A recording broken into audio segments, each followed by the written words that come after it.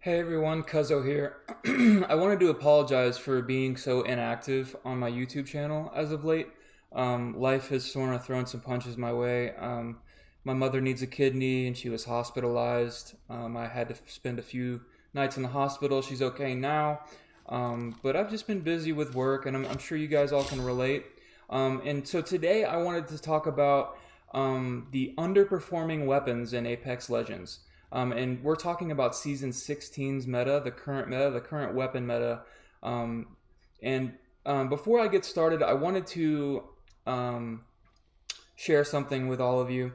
I am a recovering heroin addict, and I've been clean for a few years now. And I wanted to share this with you guys because, I wanted to share it in hopes that somebody who's listening could maybe identify with the struggles of addiction. And I wanted to let you know that you're not alone. And addiction can manifest itself in so many different areas of our lives. It doesn't have to be drugs. So if you ever need to talk, feel free to reach out to me on Twitter. I'm all ears and no judgment over here. I'm still cleaning up the wreckage of my past even to this day, and essentially trying to make the right decisions. There's no right way to make the wrong decisions. And so I had to learn that. And today I try to make better decisions. It really is what it comes down to. So let's go ahead and hop into this. I wanted to talk about how Respawn in this game has this weird view on certain weapons in the game as sort of like starting weapons. And I guess you could say the Mozam used to be one of those, even though like now it really is actually viable in the meta. But it used to not be. It used to be a quote-unquote starter weapon, beginning weapon, and I really just don't understand that mindset, really. And we're gonna talk about some of the weapons today that are underperforming. And I wanted to start off with the Spitfire. Now, this weapon, I believe a few seasons back, it received some nerfs that basically put the nail in the coffin for the Spitfire. Before that, it was still, somewhat viable. Now it's just not picked up at all. It's kind of a joke on ground loot, actually. And that's sad to me because I don't feel like Respawn has noticed it. But what they did is they took the barrel stabilizer off of it, and they, I believe, increased the recoil, making it harder to control.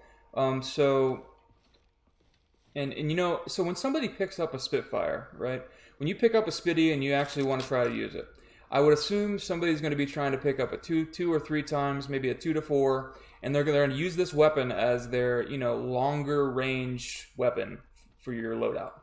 That's what people would use it for, I'm assuming. Now, the problem with the Spitfire and using it like that in this meta is that there are way better other options when compared to the Spitfire. And that's essentially the problem. If you want to bring the Spitfire back into meta and make this gun a little bit more viable than what it is, and I would say LMGs as a whole are a struggling class in this game, but give it its barrel stabilizer back. Basically revert those changes. It put a nail in the coffin for the Spitfire. It wasn't that serious before. That's just my gut feel. If you disagree, leave a comment.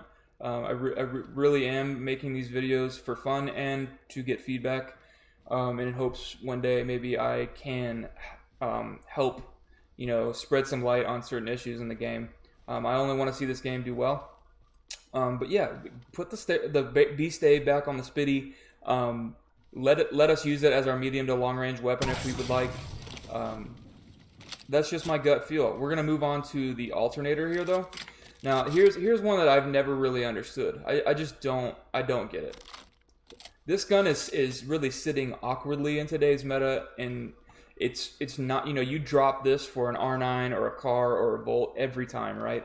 I mean, I guess it is kind of nice to get off drop because it's not like super terrible, but if I were to run an alternator into endgame, I feel like, in the higher level of play, that decision would be questioned. Why didn't you pick up an R9 or a car? And that's because the alternator just doesn't match up.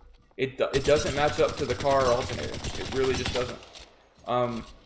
And see, I actually heard a suggestion by another YouTuber within the community.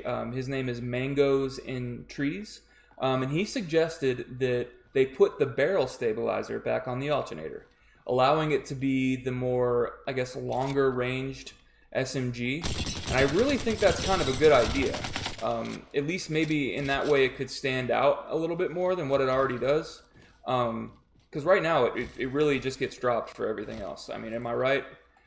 I know I'm right. I mean, it's a little bit underperforming. Either that or just buff the damage by one like you've been doing all the other guns that needed some love. But, I digress. I'm just sharing this because it's what I believe that should happen. If you want to run an alternator into endgame, I feel like you should be able to. I feel like you should be able to run any gun you want to if you've mastered it. I feel like you should be able to run it into endgame and have it still be viable and not outclassed severely by other weapons. And I'm going to talk about the P20 because another gun that would be, your decision making would be questioned is if you took this gun into endgame. I guess you could say you could put hammer points on it and try to do some work with it, but it's really kind of one of those things where you just don't run it into endgame, and I think that's kind of a shame. I think maybe if you want to use this weapon, then maybe you should be able to. And that's kind of what I'm advocating here by making this video. If I want to take the P20 into endgame, let me. Let it do a little bit more damage than 18. Maybe make the bullet velocity a little bit faster. I don't know how you make this thing more viable. But all I know is it's the worst thing to get off drop even. I don't want nobody wants a fucking P20. Excuse my language, but I mean, for real, let's be real here. And I believe that wraps it up for the light class. And I'm not trying to hate on Respawn by any means. They have done an absolutely fantastic job with balancing the weapons in this game. I mean, they really have. In fact, this video really isn't going to be that long because most of the weapons I would say are pretty viable. But you got those certain ones that are underperforming, and that's what I'm here to talk about. I would say the RE is a bit underperforming on ground loot, not this RE. I'm talking about the ground loot RE. I believe the next weapon I really wanted to talk about was the L-Star. They change the weapons around in here every season, so there it is. The L-Star is another one of those weapons that actually, on the contrary, they have been buffing, contrary to the Spitfire, they have been buffing this weapon the last couple seasons. I believe the first buff was they decreased the recoil, making it a little bit easier to handle, and they also increased the bullet velocity on this weapon. So, here's the problem with the L-Star. It still gets dropped for other weapons. It does do some damage. It's not like terrible, and it doesn't have to reload. That's its whole shtick. But the L-Star, in my opinion, if you're gonna run this thing, you almost have to run it like an SMG. And at that point, you're going to pick up a Volt or a Car R9 or something over this gun every time. But if you were to try and run it, you would essentially have to run it kind of like an SMG. And you would get the decreased strafe speed. You really have no movement while strafing with this thing. And in my opinion, to make this gun back into meta, you need to give it its range back. Let me use it at range without it being so wonky. It's still really wonky at range, and it's another gun, again, that is sitting awkwardly in the meta. And I would say LMGs as a whole, like I said, the Devo, I don't even know what to do with the Devo. If you have suggestions for the Devo, drop it in the comment section. But this gun is pretty good if you get all the attachments for it, especially a turbocharger. But it's really not super bad.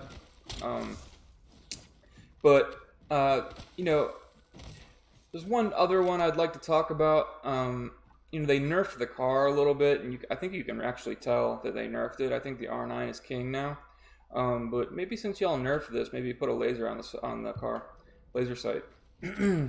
And here's another thing: the Eva, I think, is the worst shotgun in my opinion, and that's because it has like no range. It has, like, you have to be like right up on somebody to be chunking with this thing. But if you're like, even like right here, you're gonna hit for 20 like every time. There's no range on this thing. 15, look at that, 21. Finally a 44, but I mean, you have to like, there's no range. I mean, there's literally no range. I would say give it a smidge more range. That's just my humble opinion. But other than that, guys, I really have enjoyed Season 16, and I think there's some overall changes in this update that have been truly game-changing. I still think there's a few legends that need to be reworked, like Revenant and Ashe. Really, in my opinion, I think Ashe needs 2 ultimate charges. That's my gut. If you give her 2 portals, I think that would really change things up and make her a lot more viable. And I don't necessarily think that would be too OP. Reduce the range on them, because she's not really a macro rotational legend at all. Maybe reduce the range a bit and give her 2 teleports. I don't know.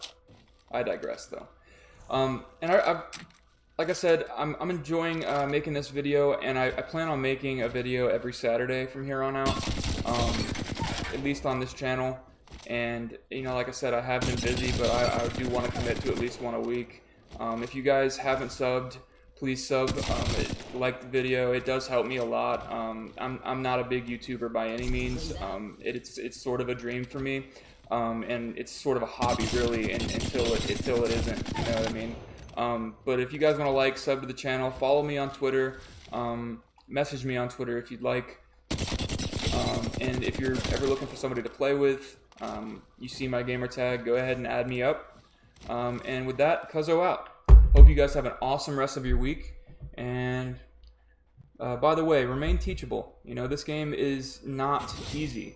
It has a really high skill gap. It can be really frustrating, especially when it comes to the BR and the game sense that's required to rotate around the map, to know where teams are going to be, knowing when to push, knowing when not to push, when to back up, and then, playing solo is a whole nother monster.